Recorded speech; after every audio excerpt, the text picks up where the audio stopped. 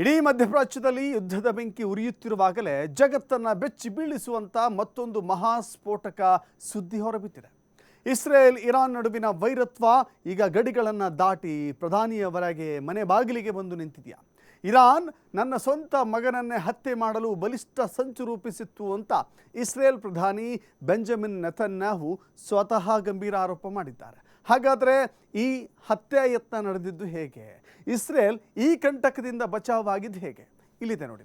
Netanyahu ಪುತ್ರನ ಹತ್ಯೆಗೆ Iran deadly sketch, ಕೆರಳಿದ Israel ಪ್ರಧಾನಿ. ವೀಕ್ಷಕರೇ, ಇಡೀ ಮಧ್ಯಪ್ರಾಚ್ಯದಲ್ಲಿ ಯುದ್ಧದ ಕಿಡಿ ಹೊತ್ತಿ ಉರಿಯುತ್ತಿರುವಾಗಲೇ ಇಡೀ ಜಗತ್ತನ್ನೇ ಬೆಚ್ಚಿ ಬೀಳಿಸುವಂತಹ ಮಹಾಬಾಂಬ್ ಒಂದನ್ನು ಇಸ್ರೇಲ್ ಪ್ರಧಾನಿ ಬೆಂಜಮಿನ್ ನೆತನ್ಯಾಹು ಸಿಡಿಸಿದ್ದಾರೆ. ಇರಾನ್ ನನ್ನ ಸ್ವಂತ ಮಗನನ್ನೇ ಕೊಲ್ಲಲು ಯತ್ನಿಸಿತು, ನನ್ನ ಕುಟುಂಬವನ್ನು ಗುರಿಯಾಗಿಸಿಕೊಂಡು ಆತ್ಮಾಹುತಿ ದಾಳಿಗೆ ಸಂಚು ರೂಪಿಸಿತು ಎಂದು ನೆತನ್ಯಾಹು ಮಾಧ್ಯಮಗಳಿಗೆ ನೀಡಿರುವಂತಹ ಸಂದರ್ಶನದಲ್ಲಿ ಸ್ಫೋಟಕ ಹೇಳಿಕೆ ನೀಡಿದ್ದಾರೆ. ದಿನಕ್ಕೊಂದು ತಂತ್ರ ಪ್ರತಿತಂತ್ರ ಹೂಡುತ್ತಿರುವ ಇರಾನ್ ಮತ್ತು ಇಸ್ರೇಲ್ ನಡುವಿನ ವೈರತ್ವ ಈಗ ವೈಯಕ್ತಿಕ ರಕ್ತಪಾತದ ಹಂತಕ್ಕೆ ತಲುಪಿದೆಯಾ ಎಂಬ ಆತಂಕ ಜಾಗತಿಕ ಮಟ್ಟದಲ್ಲಿ ವ್ಯಕ್ತವಾಗ್ತಾ ಇದೆ. ಇಸ್ರೇಲ್ನ ಪ್ರಮುಖ ಮಾಧ್ಯಮ ಸಂಸ್ಥೆಯೊಂದಿಗೆ ಮಾತನಾಡುತ್ತಾ ತಮ್ಮ ಆಕ್ರೋಶ ಹೊರಹಾಕಿರುವ ನೆತನ್ಯಾಹು, ಇದು ಊಹಿಸಲು ಸಾಧ್ಯವಾಗದಂತಹ ಘಟನೆ. ಇರಾನ್ ನಾಯಕರ ಕ್ರೂರ ಕಣ್ಣು ನನ್ನ ಮಕ್ಕಳ ಮೇಲೆ ಬಿದ್ದಿದೆ. ನನ್ನ ಇಬ್ಬರು ಗಂಡು ಮಕ್ಕಳಲ್ಲಿ ಒಬ್ಬನನ್ನು ಹತ್ಯೆ ಮಾಡಲು ಇರಾನ್ ರಹಸ್ಯ ಸಂಚು ಹೆಣೆದಿತ್ತು ಎಂದು ಬಹಿರಂಗಪಡಿಸಿದ್ದಾರೆ. ಆದರೆ ಈ ಕೊಲೆ ಯತ್ನದಿಂದ ಬಚಾವಾದದ್ದು ತಮ್ಮ ಹಿರಿಯ ಮಗ ಏರ್ ನೆತನ್ಯಾಹುನ ಅಥವಾ ಕಿರಿಯ ಮಗ ಔನರ್ ನೆತನ್ಯಾಹುನ ಎಂಬುದನ್ನು ಹಾಗೂ ಈ ಘಟನೆ ಎಲ್ಲಿ ಮತ್ತು ಹೇಗೆ ನಡೆಯಿತು ಎಂಬುದರ ಕುರಿತು ಸಂಪೂರ್ಣ ವಿವರಗಳನ್ನು ಭದ್ರತಾ ಕಾರಣಗಳಿಂದಾಗಿ ಅವರು ಬಿಟ್ಟುಕೊಟ್ಟಿಲ್ಲ.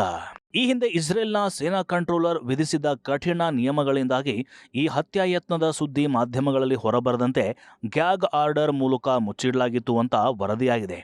ಇಸ್ರೇಲ್ನ ಅತ್ಯುನ್ನತ ಗೂಢಚಾರ ಸಂಸ್ಥೆ ಶಿನ್ ಬೆಟ್ ನೀಡಿದ ರಹಸ್ಯ ಗುಪ್ತಚರ ಮಾಹಿತಿಯ ಆಧಾರದ ಮೇಲೆಯೇ ಈ ದಾಳಿಯ ಯತ್ನವನ್ನು ವಿಫಲಗೊಳಿಸಲಾಗಿದೆ. ಪ್ರಧಾನಿ ಕುಟುಂಬದ ಮೇಲೆಯೇ ನೇರ ದಾಳಿಗೆ ಯತ್ನ ನಡೆದಿರುವುದು ಕಂಡು ಬಂದಿದ್ದರಿಂದ ಇಸ್ರೇಲ್ನ ಸಚಿವ ಸಂಪುಟ ಕಮಿಟಿ ನೆತನ್ಯಾಹು ಅವರ ಪತ್ನಿ ಸಾರಾ ಹಾಗೂ ಇಬ್ಬರು ಪುತ್ರರಿಗೆ ಮುಂದಿನ 5 ವರ್ಷಗಳ ಕಾಲ ಬಿಗಿ ಕಮಾಂಡೋ ಭದ್ರತೆ ನೀಡಲು ಅನುಮೋದನೆ ಕೊಟ್ಟಿದೆ. ಇನ್ನೊಂದೆಡೆ ಇಸ್ರೇಲ್ನಲ್ಲಿ ರಾಜಕೀಯ ಕಾವು ಏರುತ್ತಿರುವ ಬೆನ್ನಲ್ಲೇ ನೆತನ್ಯಾಹು ಹೊರಹಾಕಿರುವಂತಹ ಈ ಸ್ಫೋಟಕ ಹೇಳಿಕೆ ತೀವ್ರ ಸಂಚಲನ ಮೂಡಿಸಿದೆ. ನನ್ನ ಕುಟುಂಬಕ್ಕೆ ಭದ್ರತೆ ನೀಡುವುದಾಗಿ ಖಾಸಗಿ ವೈಭೋಗವಲ್ಲ, ಅದು ದೇಶದ ಅಸ್ತಿತ್ವದ ಪ್ರಶ್ನೆ. ನಾವು ಮೈ ಮರೆತರೆ ಶತ್ರುಗಳು ನಮ್ಮ ನಾಯಕರನ್ನ ಮಟ್ಟ ಹಾಕುವಲ್ಲಿ ಯಶಸ್ವಿಯಾಗ್ತಾರೆ. ಆದ್ದರಿಂದ ಈ ಸನ್ನಿವೇಶದಲ್ಲಿ ಪ್ರತಿಯೊಬ್ಬ ರಾಜಕಾರಣಿಗೂ ಕಟ್ಟುನಿಟ್ಟಿನ ಭದ್ರತೆ ಒದಗಿಸುವುದು ಕಡ್ಡಾಯ ಎಂದು ನೆತನ್ಯಾಹು ಎಚ್ಚರಿಕೆ ನೀಡಿದ್ದಾರೆ. ಈಗಾಗಲೇ ಇರಾನ್ ಬೆಂಬಲಿತ ಹಮಾಸ್ ಹಾಗೂ ಹೆಜ್ಬುಲ್ಲಾ ಜೊತೆ ಕಠಿಣ ಸಮರ ನಡೆಸುತ್ತಿರುವಂತಹ ಇಸ್ರೇಲ್ ಈಗ ತನ್ನ ಪ್ರಧಾನಿ ಮಗನ ಮೇಲೆಯೇ ಹತ್ಯಾಯತ್ನ ನಡೆದಿದೆ ಎಂದು ಆರೋಪಿಸಿರುವುದು ಬೆಂಕಿಗೆ ತುಪ್ಪ ಸುರಿದಂತಾಗಿದೆ.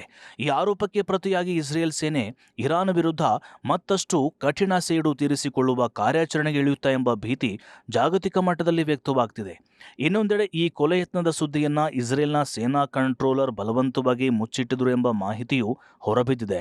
ಮುಂಬರುವ ಚುನಾವಣೆಯ ಸಮಯದಲ್ಲಿ ರಾಜಕೀಯವಾಗಿ ಇದನ್ನೇ ಬಂಡವಾಳ ಮಾಡಿಕೊಳ್ಳಲಾಗ್ತಿದೆಯಾ ಅಥವಾ ಇರಾನ್ ನಿಜವಾಗಿಯೂ ಪ್ರಧಾನಿ ಕುಟುಂಬವನ್ನು ಸರ್ವನಾಶ ಮಾಡಲು ಸಂಚು ಹೆಣೆದಿತ್ತಾ ಎಂಬ ಪ್ರಶ್ನೆಗಳು ಈಗ ಎದ್ದಿವೆ.